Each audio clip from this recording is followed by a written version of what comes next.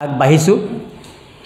আমি জয়জতে এই 2025 বৰ্ষৰ চলিত বছৰৰ 10 এপ্ৰিল তাৰিখে এই বিদ্যালয়খনৰ সোণালী জয়ন্তী বৰ্ষৰ এটি প্ৰথম কাৰ্যসূচী উদ্বোধনী অনুষ্ঠান আৰু প্ৰাক্তন ছাত্ৰ ছাত্ৰী মুখামুখি এটা বাৰ্তালাপ অনুষ্ঠান, এই দুটা অনুষ্ঠান আমি একেদিনাখনেৰে পতাৰ সিদ্ধান্ত গ্ৰহণ কৰা হৈছে।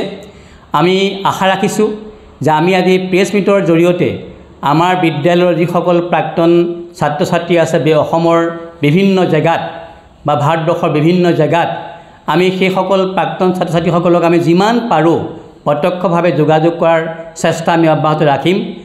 আৰু নোৱাৰিলেও আমি প্ৰেছ মিটৰ জৰিয়তে এই আহি থকা আমাৰ যিটো অনুষ্ঠান আছে 10 এপ্ৰিল তাৰিখৰ যিটো অনুষ্ঠান আছে সেই অনুষ্ঠানলৈ আমি সকলোকে সাদৰে নিমন্ত্ৰণ জনাইছোঁ।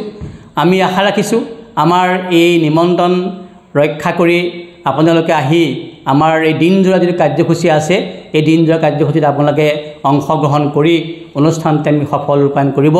আৰু লগতে আমাৰ কাষতে থকা উদযাপন সমিতিৰ কাৰ্যকৰী সভাপতি সন্মানীয় যোগেশ্বৰ বৰা ছাৰ আছে, গতিকে মই যোগেশ্বৰ বৰা ছাৰকো একাষাৰ ক'বৰ কাৰণে আৰু বিভিন্ন বিষয় বাবদ আছে। আমাৰ গোহাঁইকমল উচ্চতৰ মাধ্যমিক বিদ্যালয়খনি আমাৰ ইতিহাস প্ৰসিদ্ধ আমাৰ নৰনাৰায়ণ চিলাৰায় ভায়েক গোহাঁইকমলৰ নামত গোহাঁইকমল আলি আমাৰ এই বিদ্যালয়ৰ পৰা 1 কিলোমিটাৰ উত্তৰ ফালে দূৰত্বত। গতিকে এই ইতিহাস প্ৰসিদ্ধ আমাৰ বিদ্যালয়খনি আমি ইতিমধ্যে 97 চনত ৰূপালী জয়ন্তী পাতিলোঁ আৰু এতিয়া এই বছৰ আমি সোণালী জয়ন্তী পাতিবলৈ আমি বিভিন্ন কাৰ্যক্ৰমণিকা মানে ব্যৱস্থা কৰিছোঁ। সেই মানে অনুষ্ঠানটো যাতে আমাৰ সুন্দৰকৈ হয় তাকে অসমৰ ভাৰতৰ সকলো ঠাইতে আমাৰ মানে ছাত্ৰ ছাত্ৰী আছে। কমেও আমাৰ 4000 ছাত্ৰ ছাত্ৰী আমাৰ বিদ্যালয়ৰ পৰা ওলাই যোৱা বিভিন্ন ঠাইত আছে।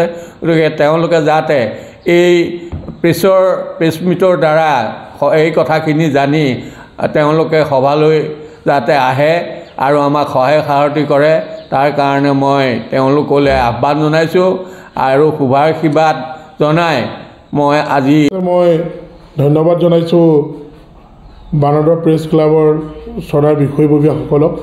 আপোনালোক আজি আমাৰ মাজলৈ আহি আমাৰ হ'বলগীয়া আগন্তুক সোণালী জয়ন্তী অনুষ্ঠানটি আমি প্ৰচাৰ কৰিবলৈ সুবিধা পোৱাত পুনৰবাৰ আপোনালোকক আমাৰ আন্তৰিক কৃতজ্ঞতা জ্ঞাপন কৰিছোঁ।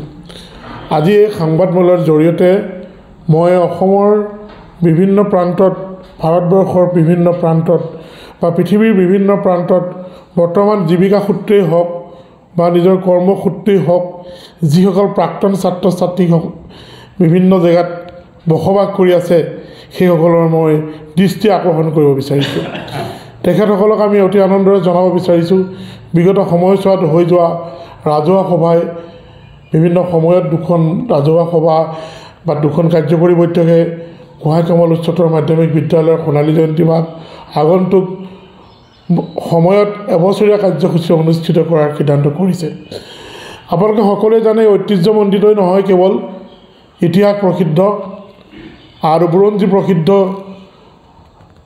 নামনি ও লখিমপুৰৰ নামনি প্ৰান্তত শিক্ষাৰ অন্যতম এক প্ৰাণকেন্দ্ৰস্বৰূপ গৰুবন্ধা মধুপুৰ অঞ্চলত গোহাঁইকমল উচ্চতৰ মাধ্যমিক বিদ্যালয়ে বিগত সময়ছোৱাত মানৱ সম্পদ গঢ়াত যি বৰ্ণাঢ্য ভূমিকা পালন কৰি আহিছে সেয়া সকলোৰে সৰ্বজনবিদিত। তথাপিও আগন্তুক শিক্ষানুষ্ঠান ভাগৰ এই সোণালী জয়ন্তী বৰ্ষত প্ৰাক্তন ছাত্ৰ ছাত্ৰীসকলৰ অবিহনে এই অনুষ্ঠান ভাগ কেতিয়াও সফল হ'ব নোৱাৰে।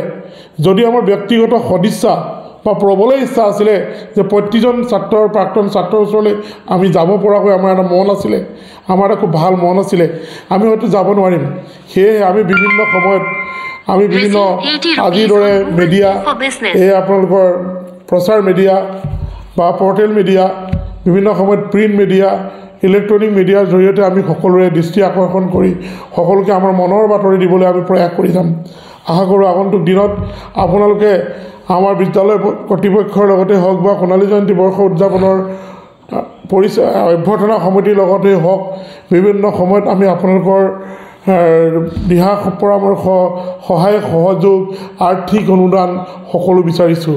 পুনৰবাৰ জনাইছোঁ যদিওবা বিভিন্ন বিগত সময়ছোৱাত বহু কেইবাখনো ৰাজহুৱা সভা হৈছে, কাৰ্যকৰী সভা হৈছে। সেই কাৰ্যকৰী সভাৰ সিদ্ধান্ত হ'ল যে আগন্তুক অনুষ্ঠানভাগ একমাত্ৰ এটা দিশেৰে নিৰ্ণয় হ'ব। সেই দিশৰ সেই কেনেকৈ নিৰ্ণয় হ'ব বা কেনেকৈ সম্পন্ন হ'ব তাৰ যি নিৰ্দিষ্ট ৰূপৰেখা আমি আগন্তুক হ'বলগীয়া 10 এপ্ৰিলৰ সেই প্ৰাক্তন ছাত্ৰৰ মুখামুখি অনুষ্ঠানতে আমি থিৰাং কৰিম।